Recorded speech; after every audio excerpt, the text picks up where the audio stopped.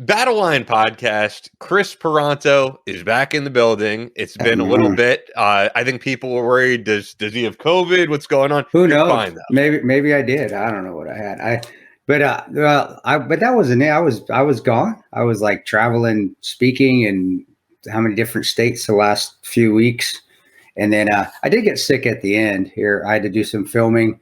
I think I just ran myself ragged. Just finally, wore out and I did get a fever and all, but I don't know. I worked through the fever. Actually, I was doing some filming and I had a fever and I still I had to get the filming done. So I just pushed through it and then I really crashed, man. Yeah, it was pretty. I just needed a rest for about 3 or 4 days just to shut everything down. But it's better now. I feel better. So it's what it is. I could tell you're definitely better. Well, really excited. We have Chris Daikos coming on. Mm-hmm. And you know what? Speaking of how much better that you recouped and everything, I'm not saying it necessarily was Ned, but I'm not saying it wasn't not Ned. So our friends at Ned are great, and they put out great product. I can say around this holiday season, this is the last show we're doing before Christmas, actually. So Merry Christmas to everybody. For me, when the weather gets like this, I do tend to have joint issues. And, I wake up with a little bit of, I wake up basically a little bit more sore than usual when I'm not taking Ned, I should say, because when I am, I'm fine. And then the other thing is just during the winter and colder months, and the lack of sun, I just don't feel as much like me. And I think Ned has really pushed me through that with their CBD, especially getting a better night's sleep. I mean, when I take Ned before I go to sleep, I have great dreams that I could remember. And that's how I know that it's a product that really works. Ned is USDA certified organic. All of Ned's full spectrum hemp is extracted from USDA certified organic hemp plants grown by an independent farmer named Jonathan in Paonia, Colorado. These products are science-backed, nature-based solutions that offer an alternative to prescription and over-the-counter drugs. And Ned's incredible de-stress blend contains CBG, which is known as the mother of all cannabinoids because of how effective it is at combating anxiety and stress by inhibiting the reuptake of GABA, the neurotransmitter responsible for stress regulation. And that's their new product. Ned is fully transparent. They share third-party lab reports, who farms their products, and their extraction process all right there on their site. Their products have over 2,000 five-star reviews, and they work with incredible partners within the medical fields like Dr. Caroline Leaf, Dr. Christian Gonzalez, and Dr. Will Cole. So they have really a team on board that can speak more to how this stuff works. But I just know it works for me when I get a great night's sleep. And for first-time users, you might see some of the higher end products and the bigger dosages. You could really start with that 300 milligram, and you're going to feel a difference. So I would definitely start out with that. Yeah, no, I would. I mean, that's what I stay with. I don't think it's a coincidence too. When I started to feel a little bit under the weather, and I just started to get a little sick, I ran out of my stuff. I was on the road, and I ran out of my Neds, and I ran out of my Bubs, both. And I don't think that was a coincidence that I started to fall off the wagon there, and because I've been feeling great the whole year and using it, and it's helped with travel, and it's helped my immune system. And to say that was just a coincidence, I don't think so. So guys, it's definitely part of a healthy lifestyle, and you gotta use it. It works well. Very well. It's great stuff. Yeah, just use it regularly and you will feel the difference. And now for the holidays, Battleline listeners get 20% off Ned products with code Battleline. And when you spend more than $150, Ned is throwing in free gifts with every order. Visit helloned.com/Battleline to get access to that. That's HELLONED.com/Battleline to get 20% off plus free gifts with orders over $150. We've been getting great feedback from listeners, guys who are former military. So check them out. Thank you, Ned, for sponsoring the show and offering our listeners a natural remedy for some of life's most common health issues.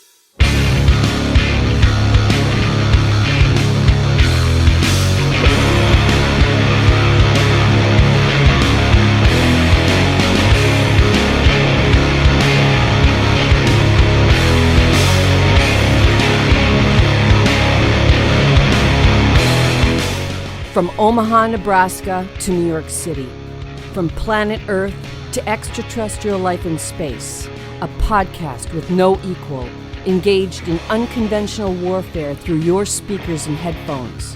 This is a show about embracing the suck, conquering your demons, and finding God in the face of adversity. Chris Tonto Peranto. Twitch is on.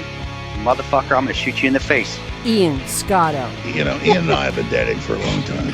You are now tuned into the Battleline Podcast.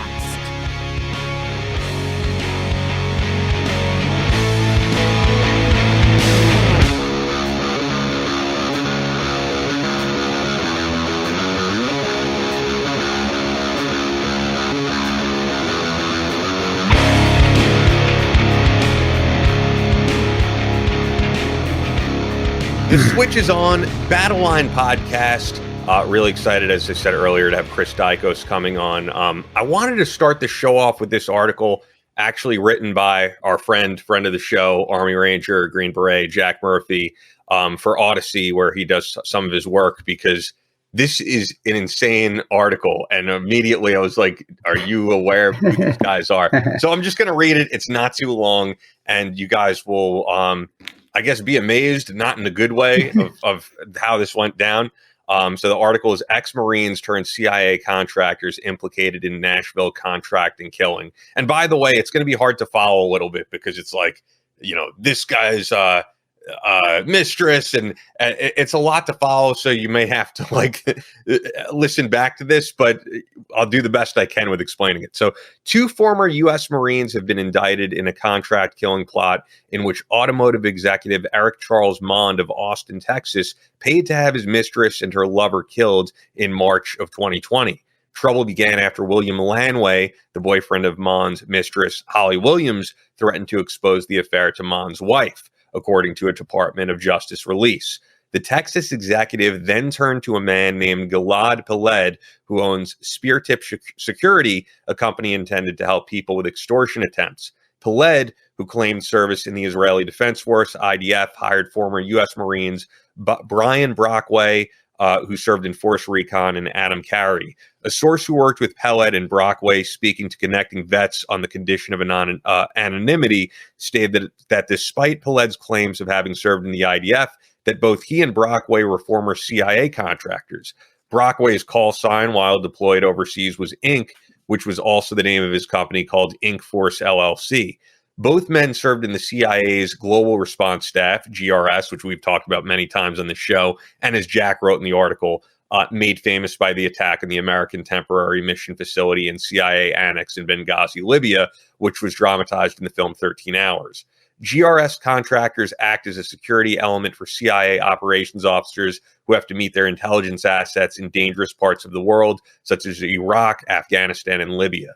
According to the indictment, Mond paid Peled's Spear Tip Security over $150,000 prior to the planned killing. The team surveilled their targets before Brockway and Carey confronted them in the parking lot of an apartment complex. Lanway and Williams were both shot and killed, and then had their bodies dumped near a construction site on Old Hickory Boulevard in West Nashville. Mond then wired $750,000, so that adds up to $1 million, to Peled, and this is priceless.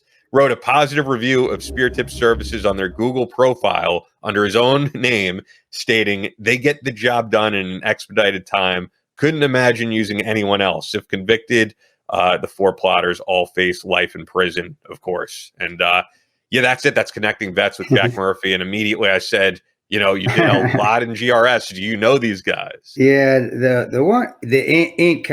I knew, and I worked with. Like I told you yesterday, most of us guys that worked with him back in the early 2000s, I thought he was a tool, but I didn't care for him at all.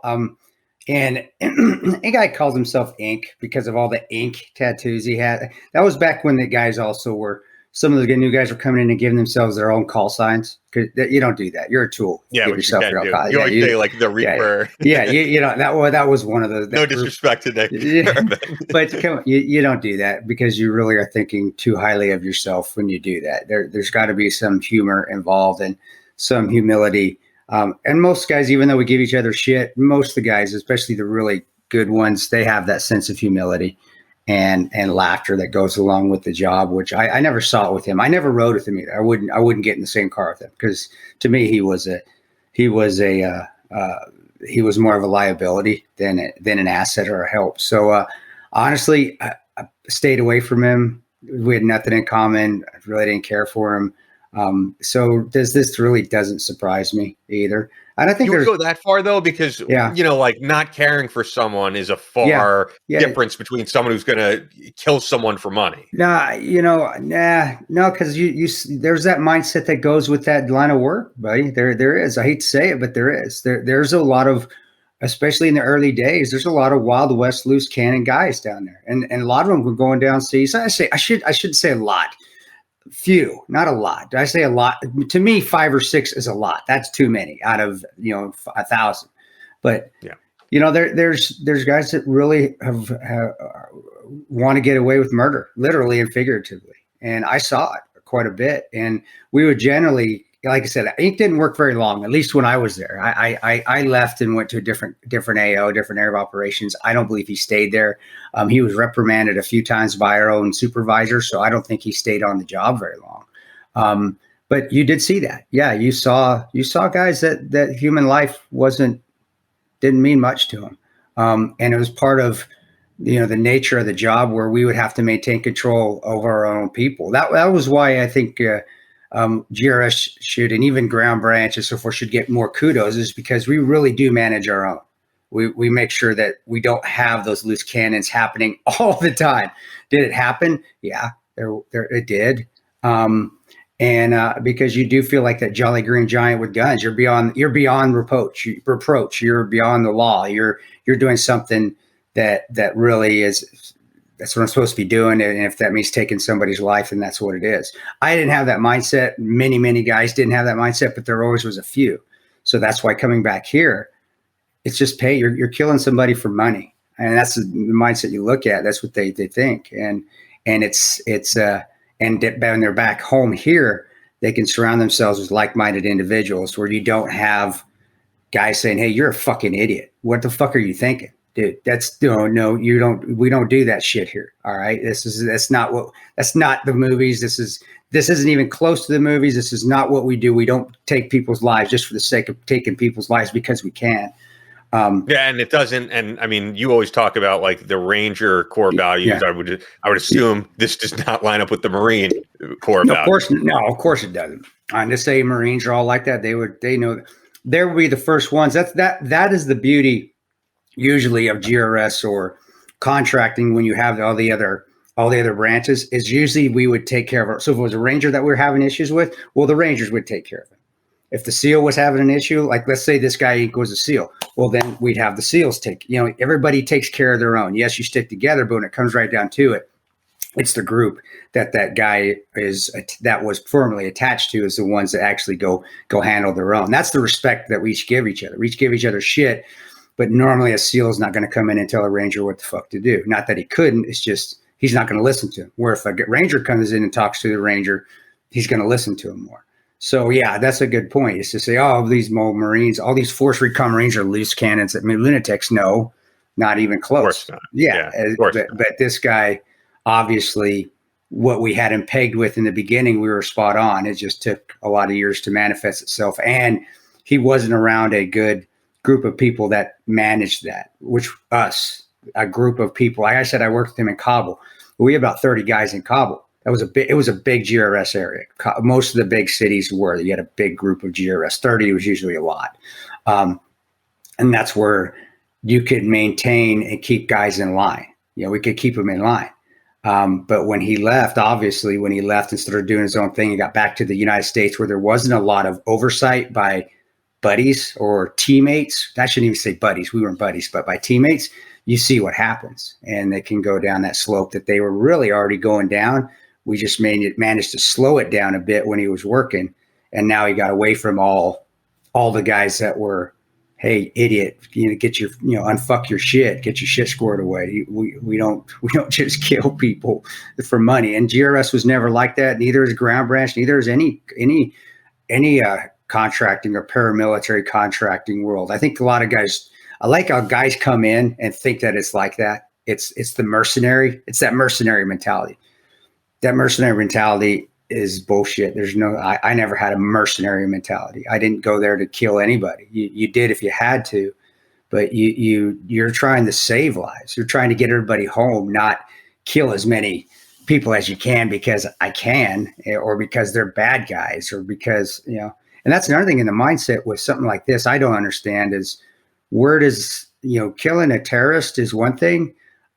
I can rationalize that as them being a bad guy. Yeah.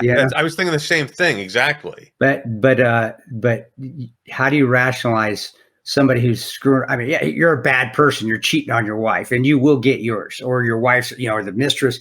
Everything comes around. Believe me, it's all coming full circle. Sure, but I would even say, from a religious standpoint, right? Like that stuff is forgivable. There is a way to like make amends for that type of thing, even if it's still a sin. But there is no going back when you kill people for that. I think some guys think that they are at a point where they aren't going to come back, that they've already done atrocious things, whether it's been in war or they've done other things that we just never found out about. And maybe they're at that point of no return where it's like, well, screw it. I might as well make $1 million. I'm going to hell anyway. That sort of mindset. I know guys have that exact, what I just said verbatim, they have that mindset. It's like, I'm going to hell anyway. You know what this made me think of, actually, is that I remember on Facebook, you did a live stream. This was a while back. And, I just remember certain things that you've said. And this was when you decided you weren't going to do any more contracting. And like one of the things you said is you said there's some immorality in that world. And you were like, I don't want to be a part of it. And like, is this what you were talking about? Did you encounter anything this crazy? Or because this seems like extreme. Did I encounter people not coming back here and killing Americans, but bad shoots overseas? Did I experience that? Yeah. In the very beginning, I did. Not so much when I got out of the State Department side and I got to GRS. There were senior guys that had more responsibility, more moral code. But early on, when I was with the State Department, I saw it a lot in the beginning, and it was hard to not see it because, again, Wild West, there aren't a lot of oversight, especially in the early days. There may be more so now. I think so. There is more so now, but in the early days, in the early 2000s, there wasn't. We could do whatever we wanted, and you had to have that moral code of moral courage to say, hey, this isn't the time to shoot anybody right now. We just need to get out of here. And some guys didn't. And once you do it once and you feel like you can get away with it, it's easier and easier and easier. So that, and then also a lot of fraternization, a lot of cheating, a lot of screwing around on spouses and cheating when you're away from home. And then, that happened all the time. And that bothered the shit out of me because that leads to the other things. To me, it's all, morality is morality. And if you're able to be immortal in one thing, then you can be immortal in something else. It's almost like, you start smoking pot. That's the gateway drug. And then you graduate up to the next thing. Well, it's kind of the same thing. You start doing these little things wrong, and then you just continue to graduate up to something worse and worse and worse because you're already being immoral and you're already doing something that you shouldn't be doing anyway. So, brother, it's sad. I don't know if I wouldn't be shocked to say this hasn't happened more in the United States. How they got caught. I mean, Jack didn't really put in there how they got caught though.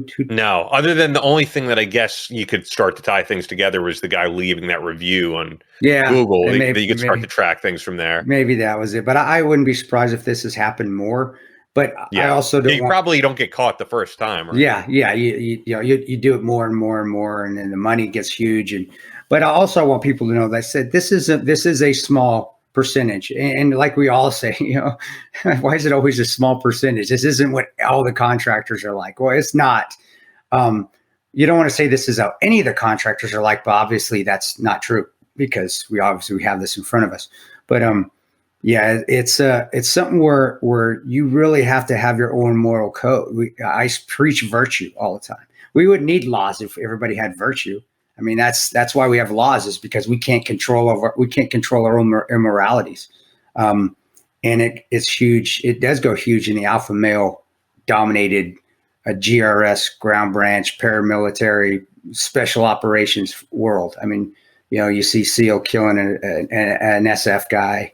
You see some bad shoots from different special ops community people where they're killing people that shouldn't be killed, that aren't terrorists. You even see if their own government drone strikes to it kills a family, and we don't. We need to have our own virtue. Virtue is going to stop all this. Not any more laws or us, or any more people getting caught doing it. It's not going to stop it. People have got to stop it within themselves. So that's why I loved working with GRS, is because it gave me the ability I could make my own decisions on how I wanted to act. And I always, like I said, I think I've even said it on the show, I was always my best person downrange. It wasn't because I had any rules around me. It's because I really felt like I was in my most virtuous state of mind. My job was to save people, to kill terrorists if I needed to find them and help kill terrorists, and then also to rescue if anybody needed to be rescued. And there was no gray area. Well, with guys like Inc., there was that gray area, and that gray area led him down paths of being the biggest, baddest guy on the block that could kill anybody, and I'm going to get away with it. And that's the wrong mentality. That's the wrong mindset. Sadly, there are guys that work in the contracting world that have that mindset, and still, even though they're out or didn't work very long, still have that mindset. But there are many, many, many, and many of my mentors that I learned from that didn't. Guys like Haas, he looked like Haas from Bonanza, but he was one of the most huge, monstrous dude, but one of the most nice, level-headed, calm guys you'd ever meet in the world. And this guy's like him that, like, man, this guy could mud stomp anybody, and he would still be willing just rather to pick them up and help them along their way. He reminded me of the gentle giant, and so I think it's also, it's who you get surrounded by when you start working too, who your mentors are. And so I always tell people that have been doing work, or if you're contracting or you're going in and you've been doing it for a long time, remember your mindset, have the tough guy switches on mentality when you need it be, but when it's not, you got to turn it off, and you're the nice guy, and you're the nicest guy in the world. I don't want to hurt anybody. I don't want to have to hurt anybody. That's the mindset. No. And, but in this case, I'm glad he got caught. I'm glad they all got caught. I hope they go rot in hell in prison, because you don't kill. I know people are going to think I'm a hypocrite, but you don't kill people for money. You don't kill people, period. Of course. Yeah. That's definitely a commandment breaker. You're going right to hell. I know in war we have these little things in war, and it still bothers me sometimes too, to think about it. Well, did I not? I still did. Was it because I was believing in the right thing at the time? I will always have that. That's what we get when we sign up to go overseas. We expect that. But having that I'm the holier than thou mindset, that I can kill you and nobody should care because you're doing something rotten, because you're cheating. That sort of mentality is a shit show within itself. And you shouldn't. Anybody that has that mentality needs to look in the mirror and figure themselves out, because obviously there's something wrong with their head, and it shouldn't cost somebody's life for you to try to figure it out. Granted, it did in this case, and maybe some people will say, well, maybe this was street justice. This is social justice. So the people that were screwing around on each other, they got what coming to them, and the idiots that did it, they got what they coming to them. But I don't know if I don't buy that. I don't. That's not what I believe in. I believe that, if everybody's going to do any due justice, it's going to be God when it's time for judgment. But the people that got what they said, you said they got thrown in I read it. I remember reading it. They got thrown in a parking lot or a ditch or something. Yeah, pretty much. What was it, like a dumpster or something? Because I just read it, but where did they throw the bodies?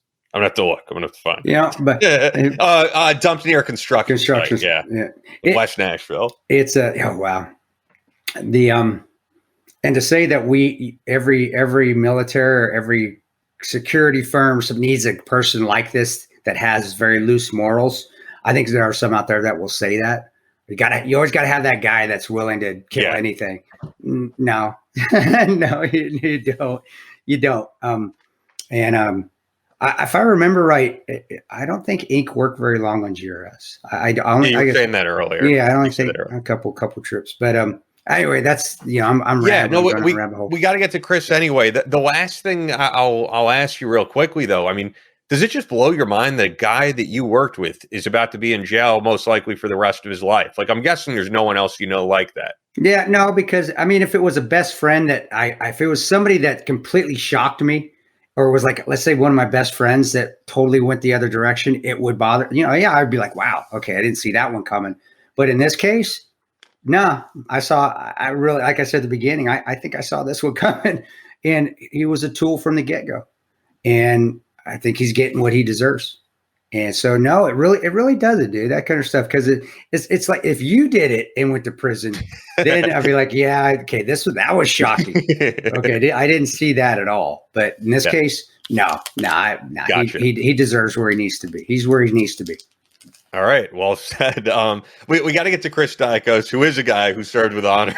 Yeah. But before we do, Photonis Defense is the global leader in night vision solutions, providing more high quality night vision capabilities than anyone. Hunters, shooters, boaters, and outdoor enthusiasts rely on Photonis Defense systems to make their adventures safer and more successful. Military, law enforcement, and public safety end users utilize Photonis Defense solutions to give them the edge at night in tactical situations and rescue operations. Photonis Defense is now offering state-of-the-art night vision systems from the PD Pro B 16mm binocular and the PD Pro M 16mm monocular to the PD Pro Q panoramic night vision system. Customers from all over are excited about these new, smaller, lighter NVGs. You have got to see these things to really experience how much smaller and lighter they are than anything else you've used previously. And if you happen to be in the industry or a part of that industry and you're going to SHOT Show, be sure to check out their booth. Take a little note here. They're going to be at booth 41326. And not only are you going to be the first to demo their superior night vision, you'll also be able to enter for a giveaway of the PD Pro 16B binocular NVG, once again, giveaway. So that'll be huge. Be there, booth 41326 at SHOT Show in Las Vegas. For everyone else, visit photonisdefense.com for more information, or look for Photonis Defense Solutions from your night vision dealer. Also, of course, we're talking guns, we're talking ammo and night vision. The best ammo out there is Fort Scott Munitions. Fort Scott is a manufacturer of multi-federal patented solid copper and brass CNC spun ammunition that is designed to tumble upon impact in soft tissue, leaving devastating wound channels for faster bleed out and quicker incapacitation. This ammunition was originally developed to innovate and improve on the standard of military-grade ammunition design. It was found that not only did the TUI ammunition outperform competitors in the self-defense industry, but it quickly became apparent that it would be a top contender for hunters alike. With the ammunition being CNC spun, the tolerances are some of the tightest on the market, ensuring that you receive the same results with each pull of the trigger. Fort Scott Munitions is available throughout privately owned businesses in all 50 states. Just click on the dealer locator on the website and you'll be able to check that out. And that is fortscottmunitions.com, FORTSCOTTMUNITIONS.com. Use the exclusive promo code Battleline for 15% off your order. Only available to listeners of the Battleline podcast. They've got some great merch on there, some hats, t-shirts, and they're all awesome designs. I got to pick up more merch from them. So check them out. Once again, fortscottmunitions.com. Use the code Battleline. Fort Scott Munitions is a proud supporter of Chris Peranto, Battleline Tactical, and us right here on the Battleline Podcast. So joining us for the first time on Battleline Podcast, Chris Daikos, 275 Army Ranger Airborne from 1994 to 1998, currently working in education, founder of Continua Consulting. And I'm saying that right? Yep, Continua Consulting. And I'm saying your name right too, right? But Daikos, that's good. Yeah. Daikos. Okay, Chris told me that because I think I said Daikos first and like Daikos. That's the way it looks, and that's right? Yeah, and it's continuaconsulting.com. There's a ton to get into with you, and I really do want to get back into like your service and all that. But I could just say the interesting thing when Chris gave me your name and like doing research that stands out to me about you, unlike a lot of the other guys we've had on, and this isn't like a positive or a negative, is if you Google you're a guy who is like completely transitioned away from anything military related and are working in education to the point where it's like you'd have to dig up that you were an Army Ranger. And I think a lot of guys understandably kind of lead with that because it was the most exciting time in their life. And was that like a conscious thing that you said, all right, done with this and I'm moving on to something totally different? That's a really interesting point. That's a really good question. This is a good podcast. That was good. All right. Well, we're done. Let's edit some more. Let's edit something in. No, I really appreciate that. And my, and that's just what I was hoping to get into is that it's about service, right? It doesn't necessarily mean what type of service that you're doing. And that's kind of like I've always gone into service. So like if you were looking at my resume or CV, I've worked for the EPA briefly. I've always worked in public education. And the kids that I served in public education are some of the kids who've had the most difficulty in their educational experience. A lot of the kids that I served had emotional behavior disorders. And so the irony being that, like, you're talking about this transition, and my first teaching job, when they were looking at my resume, they didn't ask me about my master's in special ed or what my theory was or my intervention approach towards dealing with behavior. The first thing they saw on my resume was that I was a Ranger in the Army, and they were like, "Dude, you're hired." And I'm thinking, that's pretty cool. What am I getting into? Right? Like, this is supposed to be education, and you want a guy who knows how, a guy who was a 240 golf gunner in the Army. Right? Was that because it was? I mean, no jokes aside, people could take it as a joke, but was it because it was public? It was like a public school. It's intense. It was so these are the kiddos that behaviorally were struggling in their high school experience or their middle school experience, severe behavior disorders, kids who were in and out of incarceration. Kids who were gang affiliated, multi-generational gang affiliated, some of them. And so it was a pretty violent experience in that school when I first got there. But part of that reason was because they weren't getting the services they needed. They weren't getting the behavioral interventions they needed. They weren't getting the counseling and psychological supports they needed. They were just used to, shut up, sit down, do your job. And if you're having issues, get the hell out of here.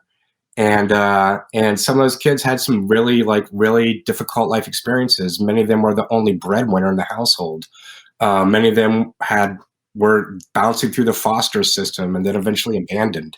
Sure. And so they had a rough go of it, and they were used to being treated really roughly. And so that's what the attitude was. Unfortunately, in this school, some of those guys were also some of the people working in the school had 1 foot in the gang and 1 foot in the school. Oh, okay. Wow. Sure. No, it got pretty bad there. Like, I actually got injured there. Got sent to the hospital for a kid trying to break a chair over my head. Holy shit. So upper right block, I'm sure they didn't know that you were an Army Ranger, and it's probably not the best thing to do. So, I'm sorry, I didn't hear that, Ian? No, I'm guessing they didn't know you were an Army Ranger, and you're a guy who definitely knows how to defend yourself. They learned quickly how to defend myself. When you did that, did you find that did the Rangers help that with the teaching get involved, or was it the schooling that helped you more so? Well, that's the service, but was it? What would you have thought prepared you? I know, Chris, and Chris is a very intelligent guy. His mind is on levels I can't even think about. But it's all smoke and mirrors, man. Right, it's perfect. He's awesome at it. But the Rangers helped you. The Army helped you. That schooling in your master's, did that help you? And how did you bring that together to I mean, I know I'm skipping a lot, but to get to where you are now. But was it two separate things, and you had to find a way to meld them together to be the best teacher or the best counselor? The intestinal fortitude. Yeah, that's true. Right? Like that was driven in your head over and over again. Yeah. Fortitude. And having to dig deep in and realize that you're pushing through something, right? It's you're pushing towards the greater good. And absolutely, man, like some of those long ass marches and all the things that we had to do. I mean, you're. I mean, I can't. I recall several trainings in which we're like just humping a 240 golf and all the weights and everything, and you're just going and I love the ones where they never tell you where the end is. Yeah. And you just keep going and going and going, but that you're working towards a goal. And so you have to keep that mantra in your head. I'm working towards a goal. I'm working towards a goal. And to be honest, like that teaching experience, that was my baptism by fire within education. That hasn't been my entire experience, but that baptism experience within education, I had to push myself through to realize, like, I'm not giving up on these kids. I'm not giving up on this goal, and I'm not giving up on the greater good. Okay. Yeah. No, that makes sense. And I would say that was definitely, rangering definitely helped, fortify that, helped, instill that. Sure. And to say that we didn't have a good squad leader, that the Herminator, to help push guys through that. We call him the Herminator. The dude was rendered out like a monster. Well, he did end up getting when I came back there, he was a platoon sergeant. Right. Right. Yeah. But first, Diedrich used to always refer to him as Herman Munster. So. Diedrich. Oh yeah, that was funny. So wait, what's the because I know there's obviously the overlap. Did you guys go to Ranger school together? I never made it to Ranger. I got hurt right before Ranger school. I went this is something always drove me nuts about in battalion, is that the long wait to get to school, and especially if you're in a weapon squad, it's a longer wait to get to school. And then I burned in on a jump and dislocated both my patellas, fractured my femur, ruptured a disc in my back. Tried to push through, and your buddy you just referred to gave me so much shit. Well, the Herminator didn't. Did he live at home with his mom, or then he moved into the barracks? It was something like that, didn't it? It's like, man, this. That's right. That's like, man, this dude. I swear he lives at home. He's from Oregon.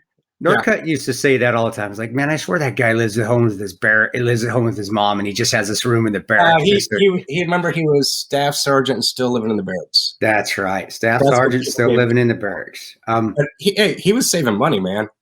Yeah, he does. He still was.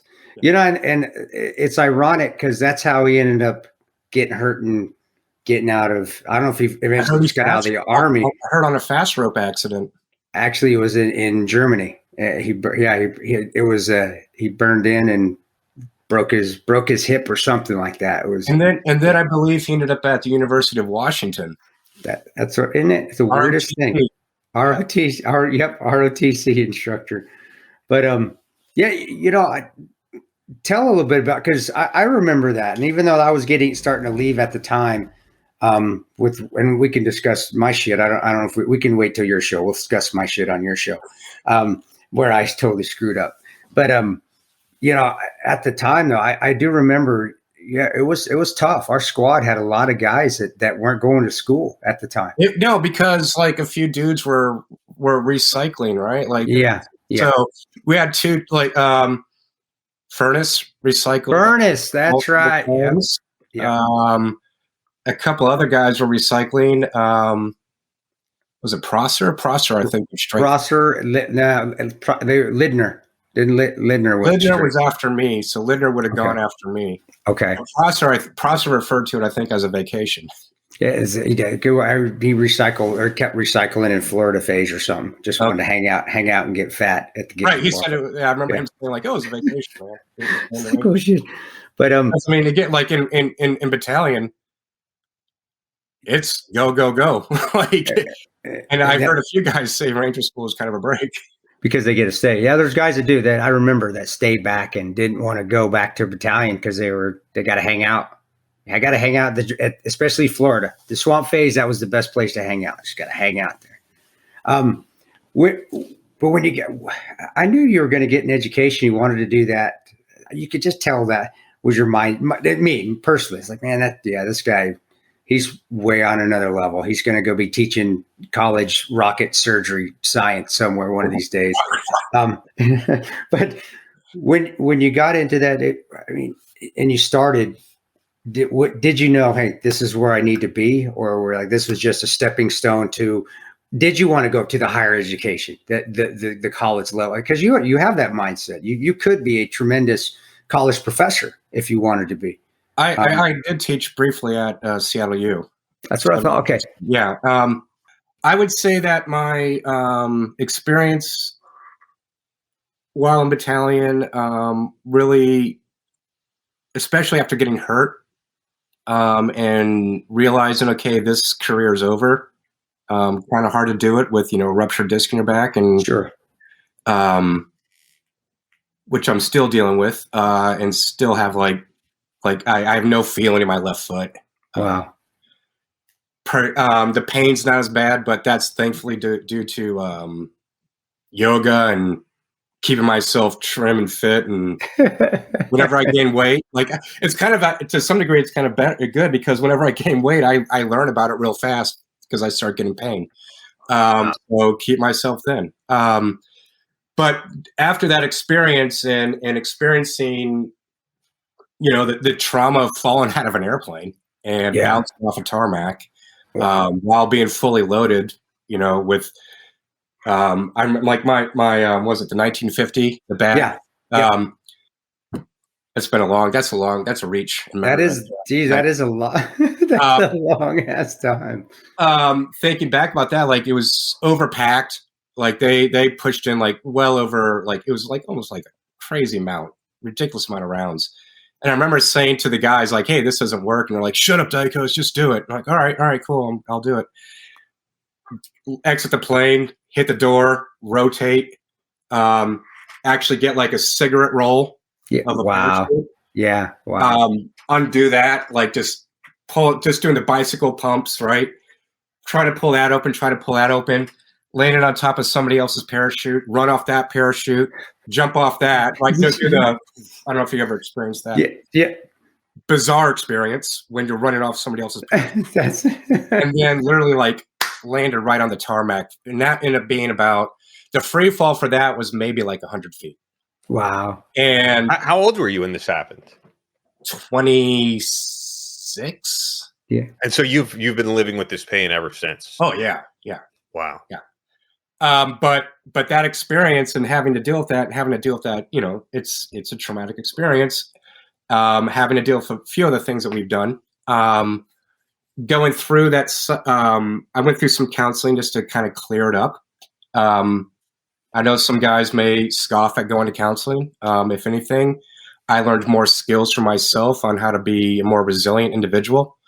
But from that experience, I realized, okay, well, there's a lot of skills to learn about within mental health. And that's what drove me into education, really. So It wasn't just service. I'm sorry, there's a long ways to get there. No, this is great. This is great. Yeah. But it's not just about from that, military service perspective. It's also about the things I was learning along the way that I wanted to impart as well. And so going through counseling, understanding what is the function of this behavior, or why am I having this perseverating thought, and actually how to control it. It's not about sitting there and blaming everybody or feeling bad about yourself. It was more about learning, okay, so when I'm starting to have these distorted thinking, how can I actually improve that and actually have a more fulfilling life? Myself, sometimes I don't have my back to the door. I know a lot of vets that don't like to have their back to the door for a lot of good reasons. And how do you control that? How do you make sure you can live with that? How do you make sure it doesn't start impeding on your experience in day-to-day life? Sure. And so through that, that's why I got into helping kids with behavior disorders. That's why I got into digging deeper into educational psychology. I ended up getting a degree in ed psychology, and I learned a lot about CBT, cognitive behavioral therapy, which I would highly recommend for everybody listening, just day to day. It's not about you had to have some trauma. Just CBT is just a good skill. Sure. I refer to it as egalitarian psychology. It's things that we all should have skills at. And I can tell you, I'm on my third marriage, and after all that, this is the best marriage I've ever had, because I'm using these skills in my relationship. See, and that's where and you and I talked about this. I think I was in Florida when we called and we were talking about how There shouldn't be, and I don't think there's as much of a stigma now as there was probably back when we were in. Oh, there was definitely a stigma when we were in. with counseling and going and getting, and that's the beauty of more veterans speaking out and not saying, "Hey, man," and talking about it, about them talking to other people. Right. And because I'm a big proponent of that. I'm like, yeah, definitely. If you feel like you need to talk to somebody, go talk to somebody. And go talk to a counselor, go talk to a professional, and every once in a while talk to your boys too. But I said, do you think you still need to get away from that group think mentality as well, where you're talking to the boys all the time, and get to somebody that's impartial, that's not somebody that's going to be yes, this is exactly what you need to be thinking, that they may question what you're needing to hear. They're going to question what you might be thinking you need to hear. And, counseling helped me to a point. I enjoyed going to it. And then there was a point where it was like, okay, this isn't going to help anymore. My family's going to help me. Let me start talking to my wife. And honestly, that's where the speeches started to get better. When I started to talk, because I wasn't angry anymore. It's like, wait a second. Oh my gosh, I'm not angry at what's going on in my life or what took place. I'm figuring out, okay, this was the reason these things happened. That makes sense now. Now I can be happy because this is helping me grow. All these things that I'd gone through is now making me a better person, where I can have that opportunity to be better at the far end. Yeah. You're a veteran, you're having issues, go talk to somebody. It's going to help you in the long run, because you're going to figure out that all these negatives that you thought were negatives, they were just stepping stones to help you get stronger and get better and learn. So either you don't replicate the same mistake, or you wait, this is an understanding. I understand why I went through this now. It's to help somebody else out, but it also, it's made me stronger, and it's made me happier. Yeah. And thoughts are just thoughts, man. Like the narrative in our head. Yeah. They're just thoughts. They're not, that doesn't mean it's true. Yeah, of course. And when you're talking about the stigma of mental health, I mean, not just in the military, in general, it has been destigmatized, which is a great thing. I've referred to this on the show before, I think, but I read Buzz Aldrin's book, Magnificent Desolation, which was great because he spoke. I don't think people would really understand what he spoke about was after he landed on the moon, was one of the first men to land on the moon, I think in his 30s, maybe, it might have been early 30s. He came home and he started drinking more, and he started becoming more and more depressed. And he was like, how do I ever top that? This was the highlight of my life. And he was in bed all day, and he came out publicly and he said in speeches to people, I struggle with depression. I struggle with alcoholism. And at that time, the people who were handling him were saying, like, this is going to destroy your career. Like, don't talk about this publicly. And I think now it's okay to talk about this. Yeah. And I think that parallel as well, because how many guys who were in battalion, that was the peak. That was peak. Exactly. Yeah. Right. Yeah. Like, and it's a big peak. I mean, so but you're 30, 35, you're done. You got a long life in front of you. And using that, the guys that have been able to use that as just an experience to continue to get better and become successful in business or successful, I see my success better as a father and a husband more than anything, not just business. Just, man, I'm my best father and husband person I've ever been in my life. A lot of that's attributed to the screw ups I've been through, but also, man, the intestinal fortitude and the willingness to continue to press on when things got difficult, which, I mean, I learned that from battalion. I learned that the first time I was in. I mean, my experience at battalion was a complete failure when I was with you. It wasn't because of you. It was because I failed. I screwed up. I was reflecting on this, Chris, and I don't think you failed. I think you had so much shit going on. Yeah. Outside of battalion. Oh, it was humongous. No, it was like it was monstrous. It's just, and as you're saying, the stigma, especially back then, of shut up and don't talk about your feelings. I don't want to hear about your feelings. Yeah. Right. Like that's completely the attitude then. I don't know if you remember, I'm not sure if we went down to Panama and a little bit of central. You guys went down there. No. You guys went down to did the Ecuador, South America, Panama thing. I didn't go on that one. Yeah. And we came back, and it was just, put your weapons away and go home. Like, inventory, clean your weapons, put them away. Nobody talk.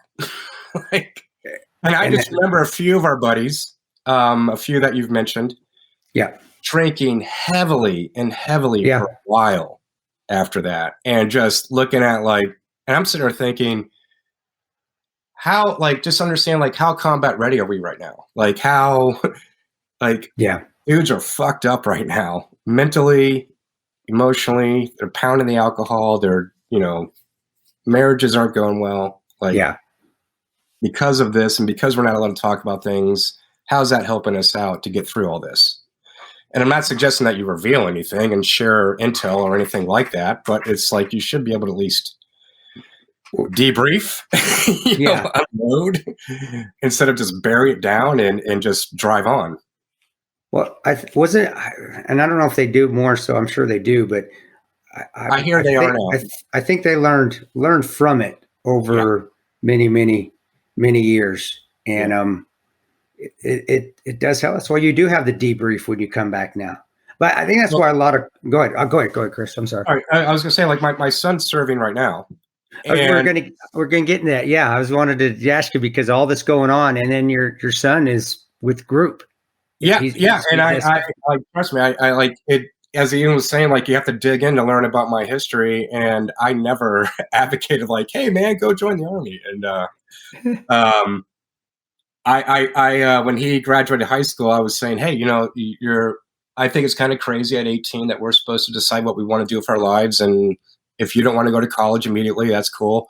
Go have some life experience. I recommended joining the Merchant Marines. We're here in Seattle, right? Go see the world and join the Merchant Marines, man. He comes back from that and says, that was boring as hell. I was like, oh. Well, what do you want to do? I'm going to go join the Army. It's oh. And he joined the same time Brad's son did. Wow. Yeah. So Brad's son and my son were born around the same time, same squad. For the audience, who are you referring to? Brad Norcutt. Okay. Brad Norcutt was he was in our squad too.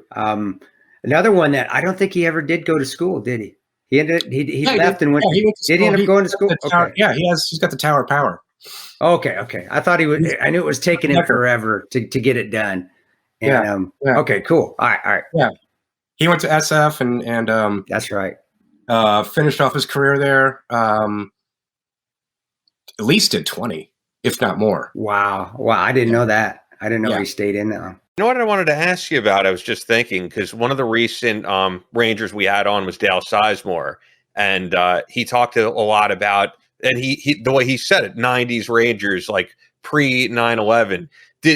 Was it strange to be done with your service in 98 and then a few years later 9/11 happens and you are a guy who's all about service? Was there a feeling in your head man, I should still be in here? I should be in the action.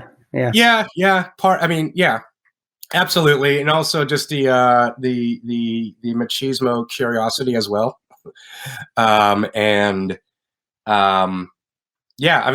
watching guys I knew go, barely parachute right in the getting secure in the airfield, and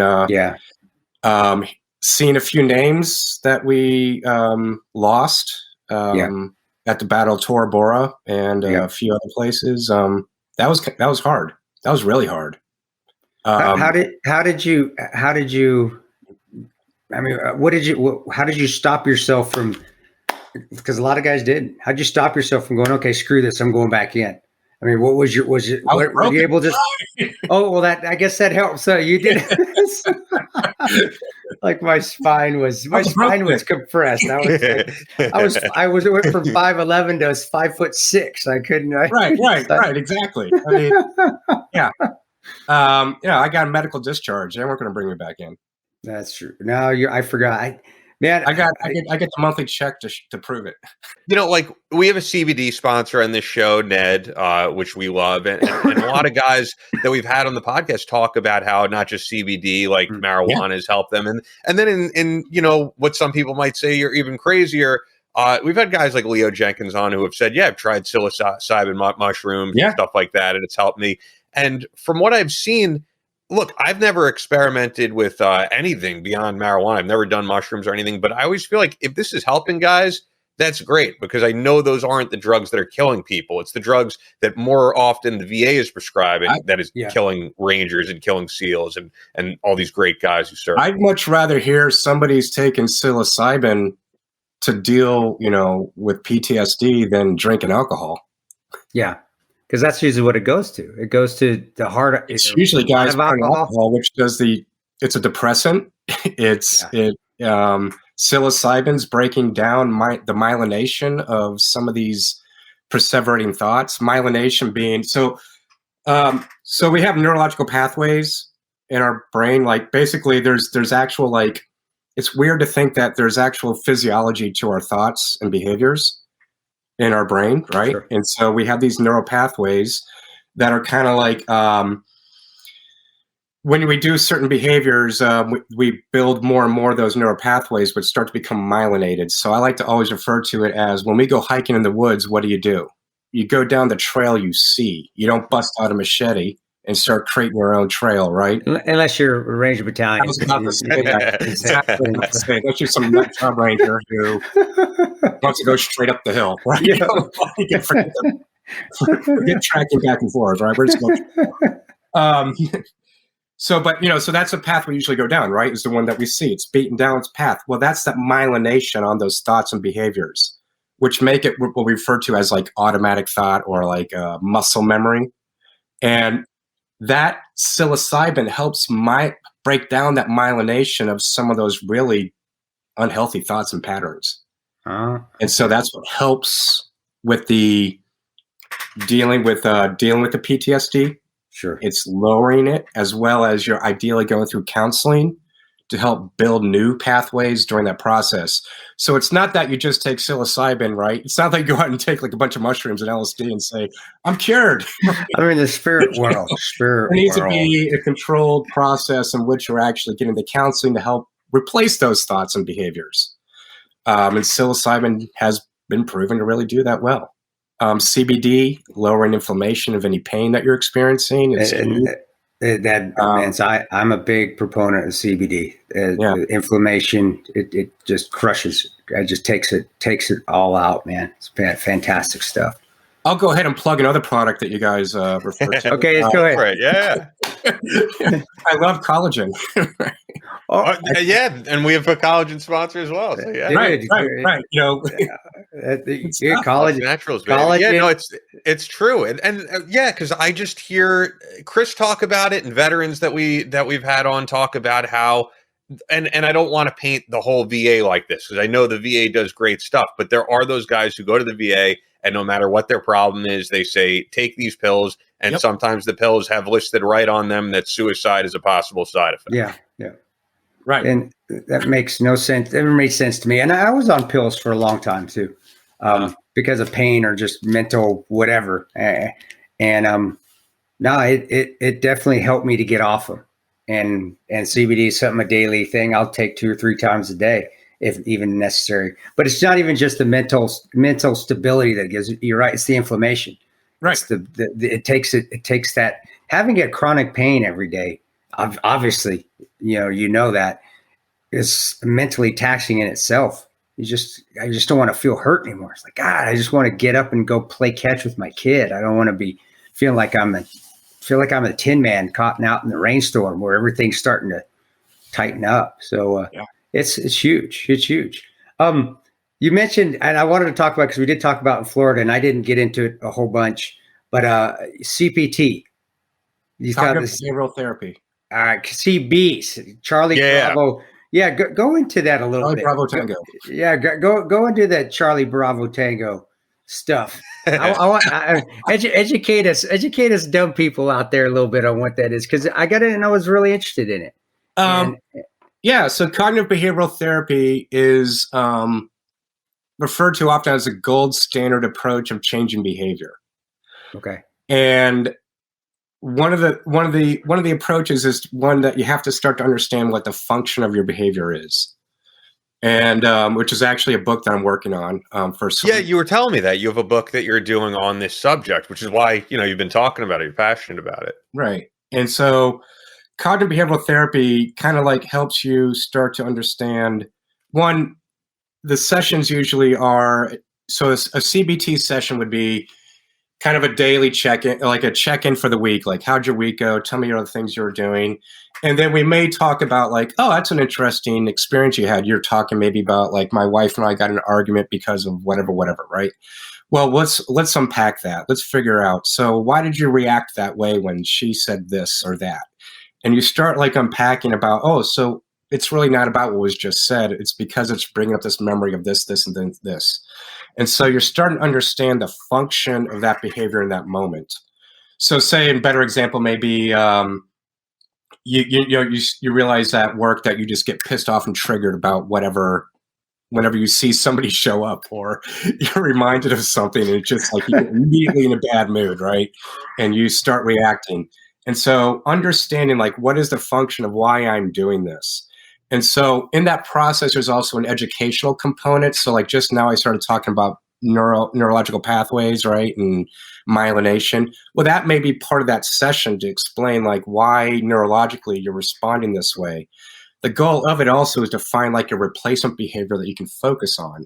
So instead of telling this person to F off whenever I see them because I can't stand them, I'm just going to, replace it with X, Y, or Z, which is I'm not even going to engage with that person, or I'm choosing to healthily, engage with this person. I'm not giving a really good example here. But the goal being that cognitive behavioral therapy gets into, it's an educational approach within therapy. It's not a lay around session about blaming your parents that you had a terrible childhood and blah, blah, blah. I blame my parents for everything. It's more about, okay, well, if you did have a terrible childhood, well, you had this deficit, right? You had this security deficit. You had maybe, unfortunately, your parents maybe weren't financially stable. And so you had an instability of your basic needs, your Maslow hierarchy, which is your Maslow needs are, that you need to have security, you need to have food and safety, you need to have nurture and love. And so it's not about blaming the parents. It's about looking at the experience and understanding this is why I behave this way. And so you start to understand that all behaviors have a history to them. It's not just automatic thought. It's not just automatic responses. It's understanding how your behaviors were developed and then ideally how you can adjust them. We're not static, right? Like our brains aren't static. We're not just stuck with what we get. We can actually improve it. We can change our behaviors. Personalities aren't static either. Like your personality, you may like these personality tests, in my opinion, are complete BS. Like if you ever take a personality test, you're talking about like the IMFJ, IMTJ, those type of things where it's what like introvert and extrovert, which is interesting to hear because when I did one of those, I said, this is entirely me. I thought it totally matched me. In this moment. Sure. In that moment, right? So it's not static, right? It can, so 10 years from now, take that test again and see what it says. That could be true because you know what I noticed during this pandemic, and I don't know if you noticed this too, I always think of myself as an introvert. I like to do things by myself. I don't need to be around people all the time. But when we were in that state for a few months of lockdown where you couldn't go anywhere, it was like, man, I miss just like having a conversation with a random person at a Starbucks. I need some element of that outgoing nature in my life. Right. And so, like it'd be interesting if you take that test now and see what it says. And again, like, when I'm saying they're BS, it's not completely right. There's some value to them because it's in that moment. Okay. But again, like understanding that and so part of CBT is also understand that we are constantly, personalities are changing, our behaviors are changing. We're not static. There's plasticity to our brain, which means that we can actually create new pathways. So as I was talking about like the psilocybin, right? So it's kind of an approach of, well, CBT is also, and CBT coupled with something like psilocybin would be amazing. I haven't seen any studies, but I would be interested to see the results of those studies because it seems like two very interesting ways to actually change behavior. And it's not like people are engineering and messing with you and making you, this is driven by you. You are deciding, okay, this is what I am seeking to do. This is what I want to replace. This is what I want to replace when I'm leaning on, this bad habit of mine. This is why I'm smoking, right? Like the best thing for smoking actually is, I believe, hypnosis, but like CBT and hypnosis. Well, CBT may help you understand why you're leaning on that habit, right? Like why you are in stressful moments. Okay, I need to get out of here and just go get a cigarette. Like, is it an avoidance behavior? Is it, what is it? Is it a gain or avoid behavior? So is this being used right now, as far as you know, or maybe you don't know? Oh, CBT is everywhere. Yeah. And is it forefront in the veterans community? I mean, is that what's it should be? Okay. Because it is important. I think we do get a lot of veterans that listen that are having self-destructive behavior and how they can fix it, and sometimes just listening to the show. But if not, then search out any recommendation from Dr. Daikos here. I'm going to call you Dr. Daikos. But I'm all but my dissertation. Gotcha. He's right there. Almost. Would you recommend to search something if you wanted to find a counselor or yeah, I mean, if I guarantee you, forget the guarantee part. I suspect if you call the VA helpline and ask like who practices CBT or who within, like, I would be surprised if there aren't people on staff who practice CBT, cognitive behavioral therapy. Okay. It's good to know, because from what you're saying and what's resonating with me too is that I think when people don't start to explore these parts of themselves, they tell themselves a narrative about themselves that kind of sticks forever. Yeah, this is way outside the veteran community, but before my grandma died, she was telling me about her sister, and these are women in their 90s, and she's saying, Mom always treated you better and you were always favored. And in my head, I was like, I can't believe this is a narrative that has stuck with you from like probably the age of 5 to 95. Right. And I think unless people fix their shit, as you would say, like you could be stuck in this same mentality forever and never evolve out of it. Yeah. And again, like, it doesn't have to be that way. Yeah. It really doesn't. It doesn't have to be that way. And again, like being stuck in some of the experiences that, some of us have experienced, you don't have to live there. You can definitely push beyond that. And it doesn't mean you have to forget about it. Like, you're not going to. You're never going to forget about it. The question is, how impactful is it on your day-to-day life? And to some degree, I'm not saying it's a choice, but we have the ability to shift that completely on, like, with what we have neurologically. We can make that shift. We just need to have the skills and tools to actually do that. And it is a skill development. It is a skill development to be able to stop yourself and say, all right, I'm starting to engage in this behavior again. I'm gonna pause. I'm gonna step back. And that goes through understanding, like, what is the antecedent? Like, what is leading up to what's bringing me to this, right? What am I carrying into this event? What triggered that? What is the behavior I'm engaging when after being triggered by X, Y, or Z? And is it being reinforced?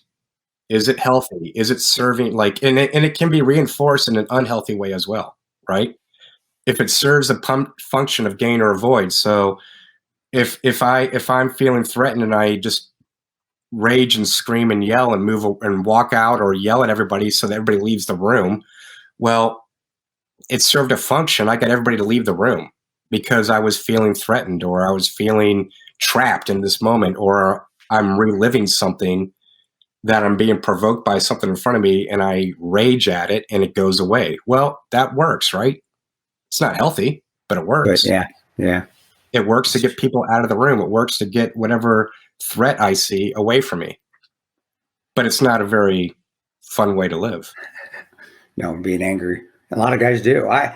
What's funny looking back at, because Chris and like I said, Andrew Lidner and all those guys, when I went through my shit and I got thrown out of the military because I was an idiot, tried to kill myself, tried to kill a guy that was screwing around with my ex.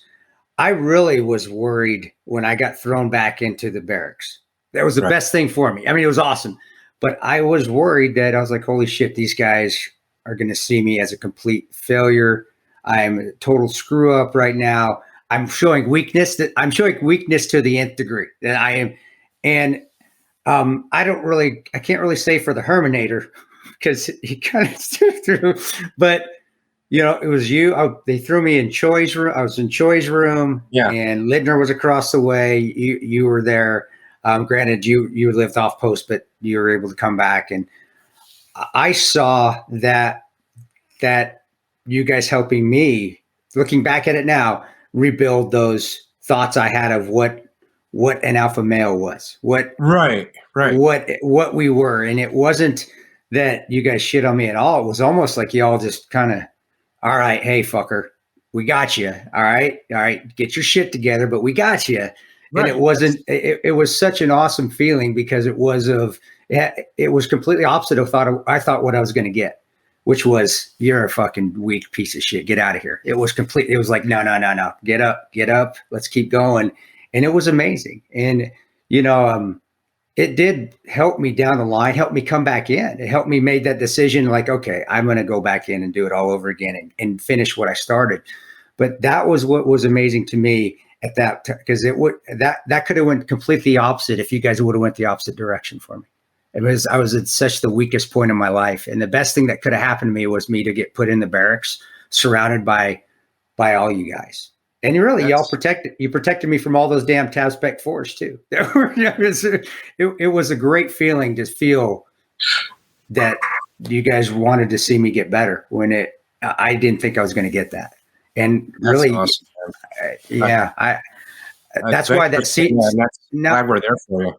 No, dude, you guys have no idea, unbelievably, how it just blew my mind and how awesome. That's why.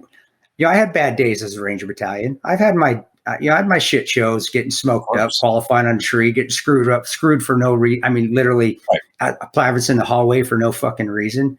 Right. But that right there was why I always talk well about Ranger Battalion. That incident right there is like, dude, it doesn't matter how bad it gets, they're still going to pick you up. They're still going to say, hey, get up. Let's keep going forward. We're going to keep forward together. You're going to get better. Stop. And it may get some tough love. Stop being a puss. Get up. Right. Stop. But we're going to do this together. And it was awesome, man. That's why. And camaraderie, right? That's the camaraderie. That's the camaraderie and of that shared experience, right? That shared experience, I think, makes like the connections even deeper, no matter what. Right. Yeah. Like no matter what our backgrounds are. No matter what our political affiliations are, it doesn't matter. It doesn't matter. We have that shared experience, and that forever, right? Like, and that carries on forever. I mean, you and I didn't speak to each other. Dude, it was by choice, right? Like, we just lost touch. But when was the call? It was 12 years. It was like, I mean, when we talked in Florida, we hadn't talked in. No, we're talking decades. Yes. And it was immediately like we just picked it up from where we left off, man. And it was funny. Like my son brought it up like, hey, do you got this guy, Chris Pirano? You know this guy? Man, that sounds familiar. And because I'm totally like, I don't really, I'm like you guys mentioned, like I've moved, like I don't follow. Yeah. Military, I don't know, culture, so to speak. Yeah, like vet bro culture. Yeah, right. Not vet bro culture, exactly. And people are shocked when they find out, like, what? You were in 2nd Ranger Battalion? Yeah. I thought you were a geek. All right, so, but I mean, my son brought it up and immediately picked it up right away, and reached out to you and immediately picked it up from there. And again, that's because of that shared experience, of that camaraderie within that unit. And I think there needs to be more of that. I think that service, not necessarily everybody's serving in a Ranger Battalion, but I think service needs to be part of our requirements of citizenship. Like some degree of service. If you want to be a citizen, you need to be serving, at least for 2 years or whatever. I agree. Being able to give of yourself, it's hard to do. Yeah. Especially when you don't really know how to serve. You don't really know how to give of yourself, and then you finally figure it out, either by you figuring it out because you just have that great personality that you're able to do that, or like myself, falling on my face and then watching other people do it for me. Like, right. Oh my gosh. All right. Yeah. This is what it means. So humility. Yeah, right? It is humility. Oh yeah. That humbled the shit out of me. And that's what I love with Chris and I also being able to talk, and, E and I that's why we don't do politics on the show. We don't get into all that and honestly, I'm not, I hate it. I got in the middle. I know what it is behind those curtains, and it's the shit show back there. There's nothing good about it. Yeah. And you forget and you lose friendships over it. And it's like, oh yeah, no, it's sad. Especially after the past 4 years of like the schism. Well, yeah. Well, that's what is your son being in, and do you guys ever talk about it all, or do you guys keep it out of the family dinner night and family night dinners? What component? With the military in itself, and how do you? Oh, yeah, like I definitely talk about especially helping him get through what he's going through right now. He's with third group, and really happy. He's been gone for 7.5, going on 7, maybe 8 years. 7. Yeah, he shot me. Fort Lewis. Holy crap! Wait, third group. So he's going back to first group, or is third group getting back to first group? Okay, so he'll be at first group. So we're excited because we haven't seen him we've seen him, but he hasn't lived in our area for like 7 years. Sure. So excited to have him back here. But yeah, we definitely talk about it, help advise him the politics and how to navigate all that. And he's doing great. Yeah. That's the best thing. Doing better than I did. Yeah. That was just a weird time though. It wasn't a lot of guys were getting to go. That was what's so weird about 2nd Battalion, and compared to where I went in the second time when I came back, guys were going to school. I mean, it was like we were going to have to wait 2 years, and that was just sucks. Like, oh my God, I got to be a fucking I got to suck it up for 2 years and for have 2 years. Jerk off smoke me, and because. But the second time I went in, I mean, guys were going to school. It was like a machine, and go ahead. Sorry, I keep interrupting. No. It's all good. Go, yeah. I was talking to a buddy from when I went to William & Mary, and a guy who was there. His name was Will Guild, pretty well-known SEAL, going back into the 80s when he was a SEAL up to I think early mid-2000s. He was always like, I came back to William & Mary after getting through RIP and all that, and he was kind of not laughing, but he thought it was absurd that we didn't go straight to Ranger School. So like SEALs, right, go straight through, before they even show up.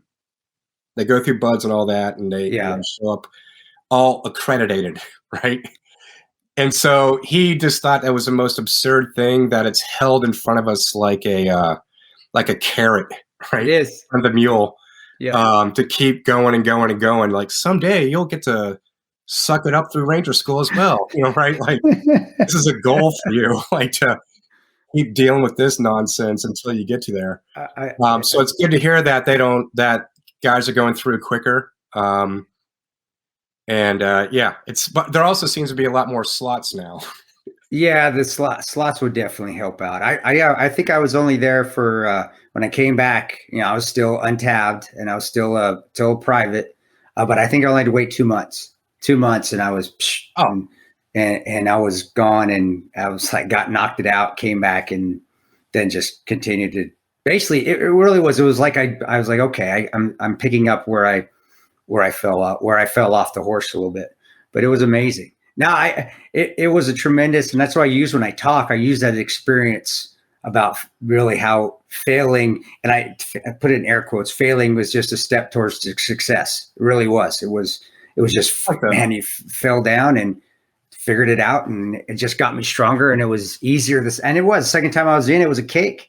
It was like, man, we went through hell. Failure's not a negative thing. Never. No, right. I wish there was another word for it, right? Because failure has that connotation that we all like think of negative. But yeah. You went through that experience. It didn't work out as you expected. Okay, so what can I learn from that? What can I adjust from that? Okay, now I can succeed, and I'm going to be wiser in that process. Exactly. And I mean, it's like the mantra of Silicon Valley, right? Like the guys I talk to from there, like, part of the, it's part of the mantra there. And often it's kind of like in meetings, like, oh, what did you fail at? It's like, what didn't I fail at? Right. Well, but again, like, you tried this app, right? Didn't work out. What did you learn? How can you improve it? Sure. And how can we learn from that as well, so that we don't make the same mistakes along the way?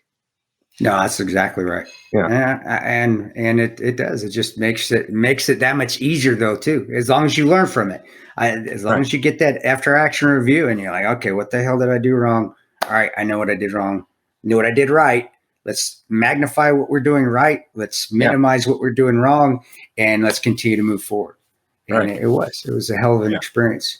Yeah, man. So go ahead, Ian. I know I could tell you're chomping, man. You're at the bit to ask. No, I was just going to say, I mean, I think a lot of people are going to get something out of this. I think it's going to get people thinking if they're going through something. I think it's something. Oh no, they absolutely will. And I know you have to hop on a call at some point, Chris. So I do want to make sure that we get to just like what is continuous consulting for people who want to know. Oh, sure. So my wife and I were. So I was an assistant principal. My wife was a director. Wait, I didn't know that. You were the assistant principal? Yeah, the middle school. Holy crap! You were the boss. Did you like walk around with the Joe, with crazy Joe and the bat and whatever you had?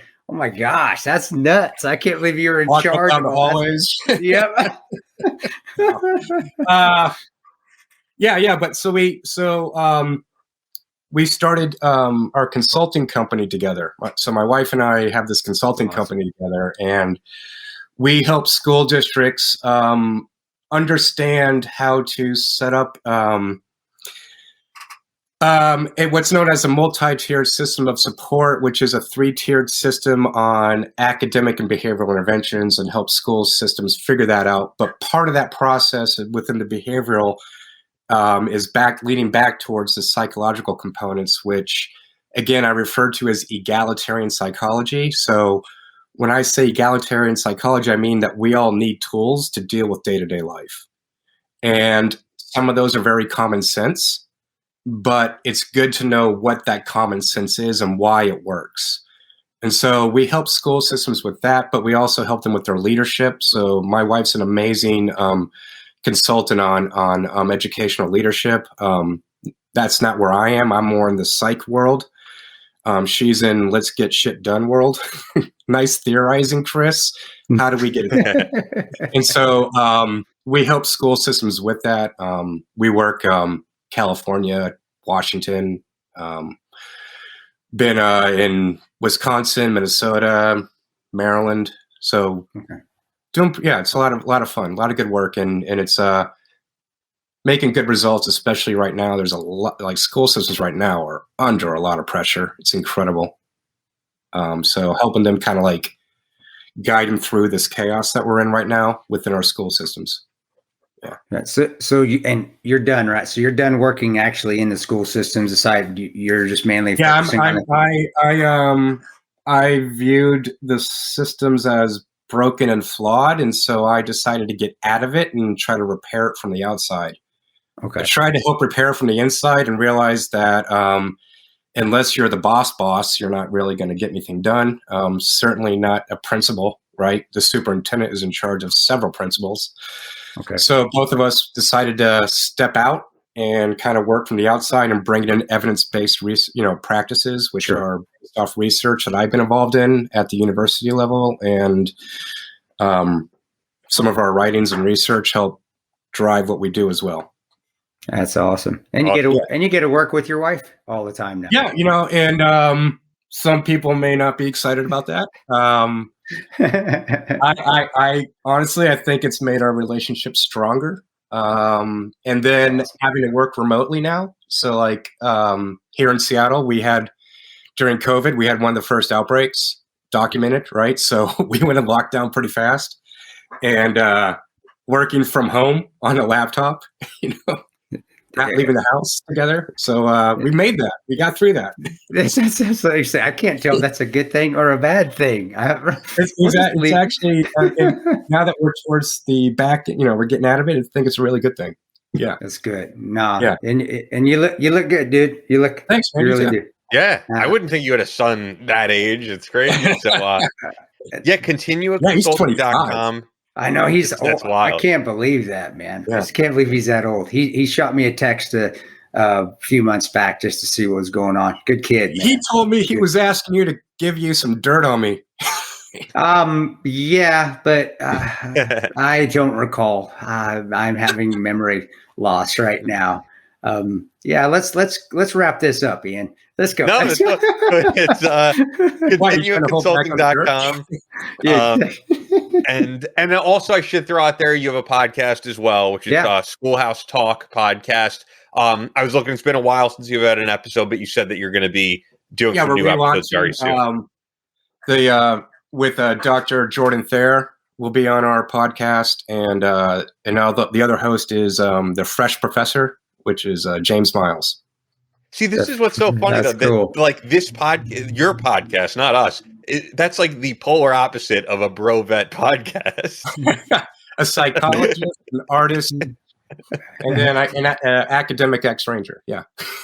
Yeah, you would be shocked. I kept telling this, like, you'd be shocked that not every ranger's from the deep South or North Georgia and likes to hunt deer all the time. In fact, when I came in the second time, there was a guy, Sulkin was his name. He was just like you, dude. He was a former, and he had left his school teaching job. He was in his 30s. He had left his school teaching job to come be a ranger.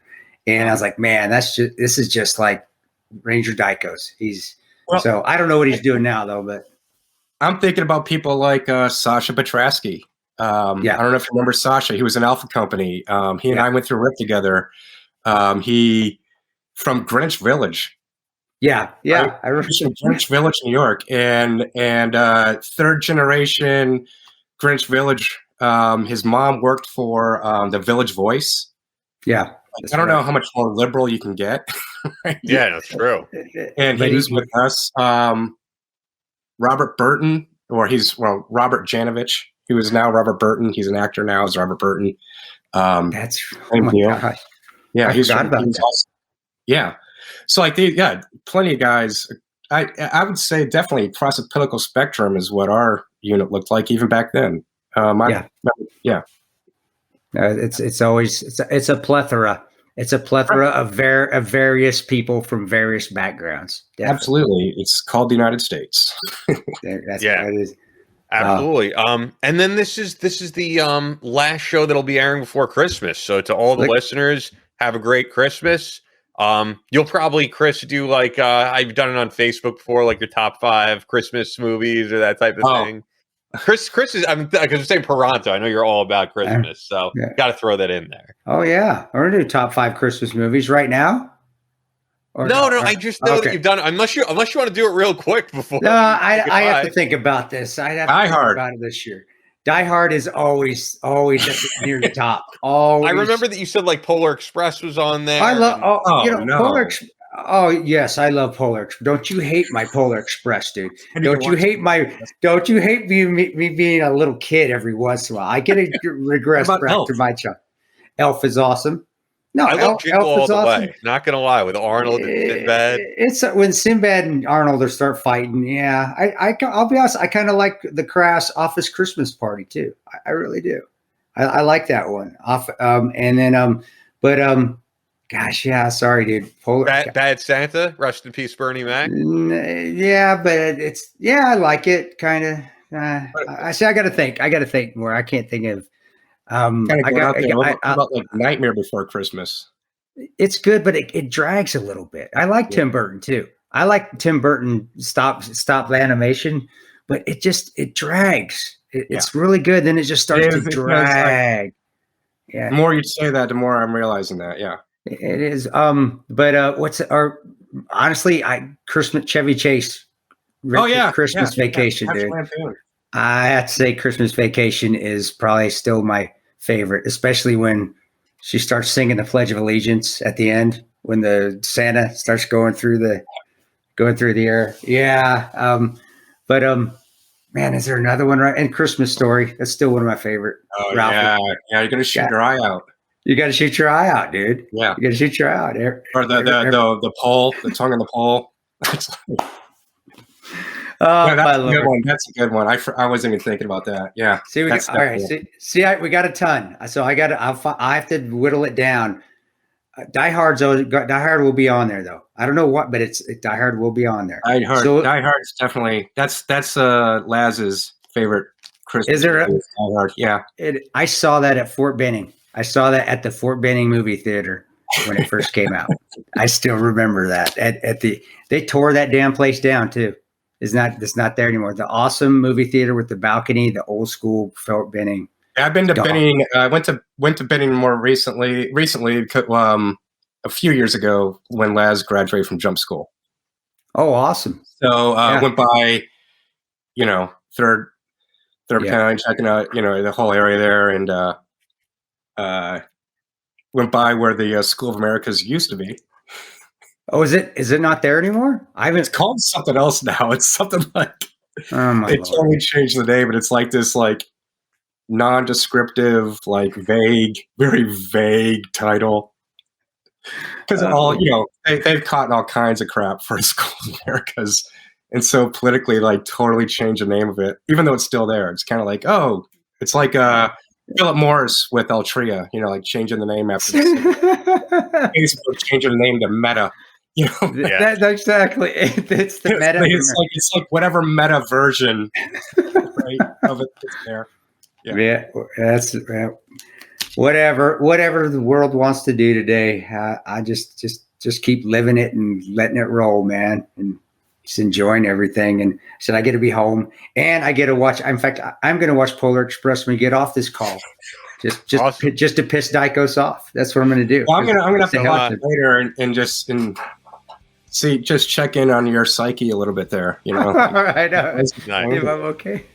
I know you have to. Merry Christmas to all you guys, the listeners. Merry Christmas, everybody. And any of you guys listening who are overseas who can't be home for Christmas, if this is offering any type of feeling of home, that's great. And really appreciate all you guys who have been listening these past 2+ years at this point. Yeah, thanks everyone. And Chris, thanks, man. Again, and I meant everything I said. That you and Choi and Lidner sticks out to my head. Huge, sticks out. And even Foster, man. Even Horst wasn't as bad as I thought. I thought he was really going to just destroy me, and he actually was as a Tab Spec 4, he was awesome. So thanks, man. You guys were awesome. Yeah, I'm glad we were there for you, and glad to be connecting with you again. God bless you, brother. You too. Thanks, man. All right, see you, Chris. That's all for this episode of the Battleline Podcast, but we'll be back on Monday with more American straight talk. Until then, be sure to follow us on Instagram at Battleline Podcast and on Twitter at Battleline Pod. To sign up for future Battleline tactical courses, go to www.christantoparanto.net. Believe in yourself, face all challenges head on, and as always, never quit.